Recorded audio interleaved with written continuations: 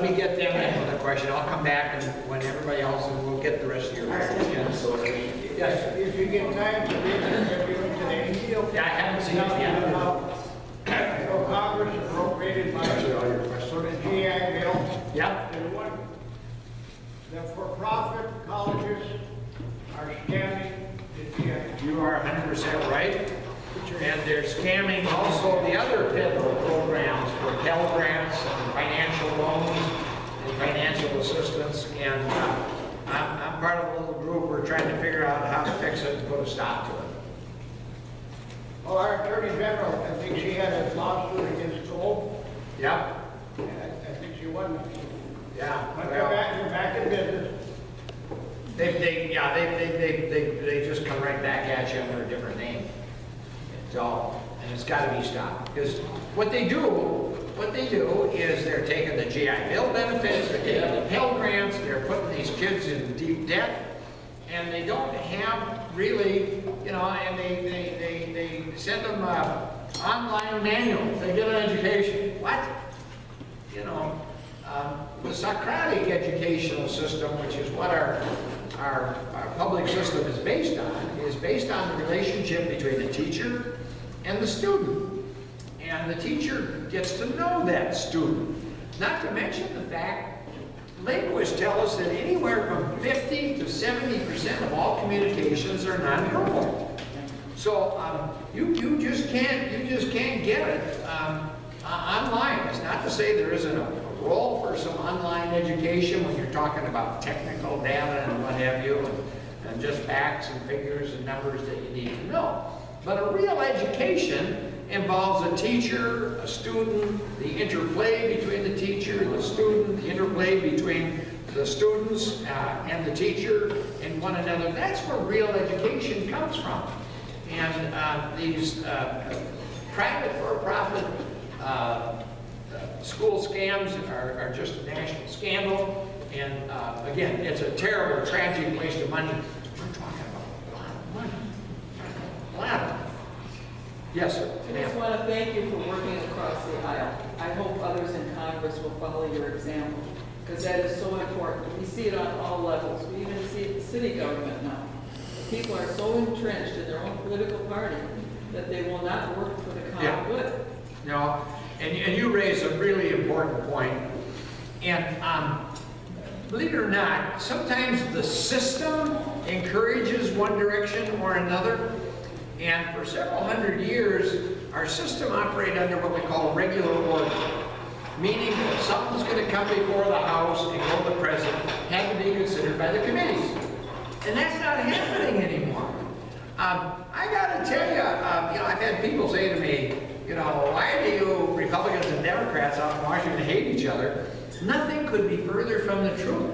We get along just fine. But if the system would allow us, I'm on the Transportation Committee, and they haven't allowed, the leadership has not allowed the Transportation Committee to write a bill or even consider it. It's like if someone had told me this, you know, 30 years ago, that I'd say, no, that's ridiculous. It wouldn't happen.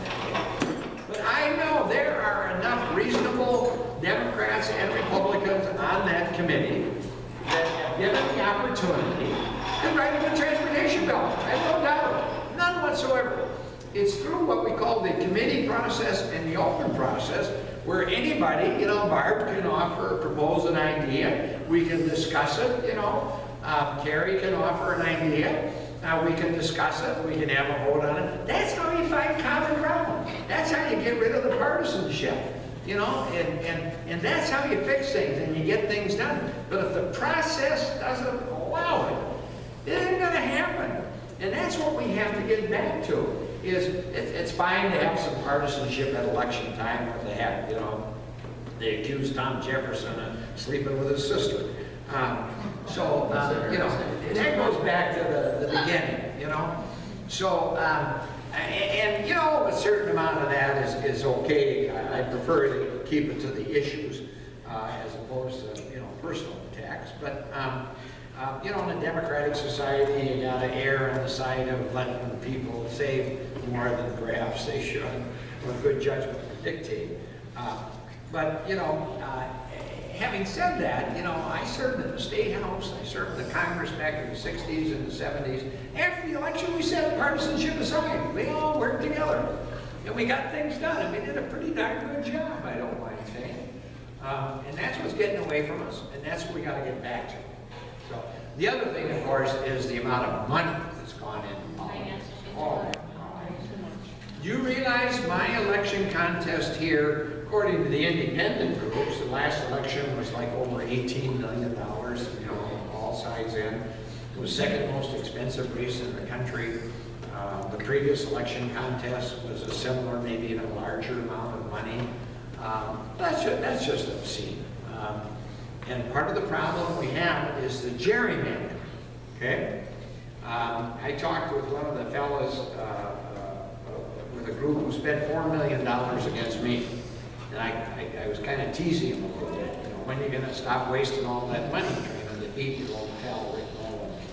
He kind of laughed and said, well, you know, Rick, it's nothing personal. It's just, you know, the reality of modern day politics. And I got to respect him for what he said. He said, we studied all the congressional races in the country. That's 435 races in the House, and 1/3 of the Senate's up every 2 years. So, you know, you add another, you know, 33 to that. So you're talking about 470 races almost around the country. He said we could only identify 26 of them that were competitive. Because of gerrymandering, they're either all Republican or all Democrat. And either party can run anybody and it doesn't matter. They win because the overwhelming majority of the voters are either all Democrat or Republican. So he said, and unfortunately for you, Rick, you know, you're in one of those 26 districts that's actually competitive. And he said it gets worse for you because we picked up 16 of those 26 seats. There's only 10 left, and yours is one of them.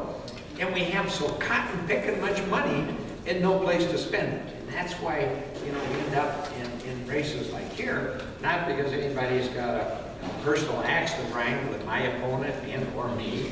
It's just two parties, you know, 10 competitive districts out of almost 500 in the country.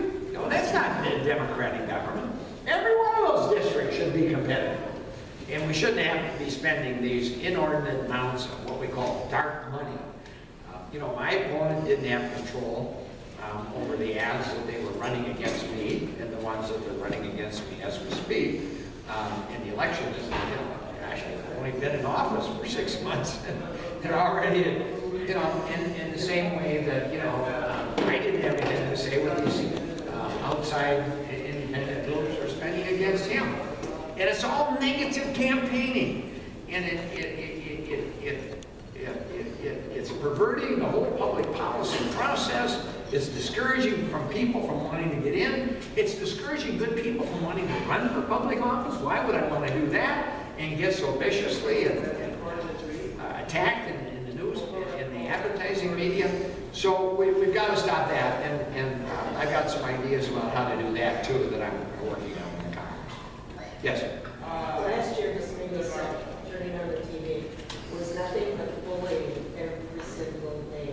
Well, the minute I hear that, I wait from that, whatever it is. But it's bullying every time a commercial comes on for politics. It's bullying, and we go to school, don't bully, don't bully, and then we turn on the TV and all they're doing is bullying.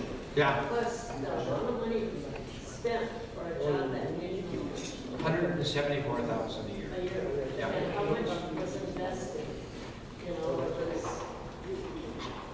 Billions. Yeah, mine was over 20, it was 18 million. And there was additional money spent. It was probably closer. Illegal. Huh? It should be unlawful to do this. Exactly, I agree. Totally. And Well, the minute was, I hear any negative or somebody's bad mouthing another person, they're off my list. but you see what's happening with both political parties doing it. It's discouraging people from becoming involved. I don't want to have anything to do with it, and that's not good. Yeah. That's not It's healthy. not necessarily the person who's running for No, office, it's it's the the- people trying to. Oh, it is. Totally. Yeah, I never ran one single negative ad against my opponent, but you know they were bombarding him as I was being bombarded. Right now, as we speak, they're running television ads with me with Saddam Hussein and Sheikh Khalid Mohammed Sheikh, and it's just disgusting, you know. But it's got to stop. And it started with the Citizens United Supreme Court decision that said corporations are people. They're not. And money is not free speech. So we have to reverse that. And that's where the flood of all this outside dark money is coming in. We have to stop it. The future of our democracy depends on it.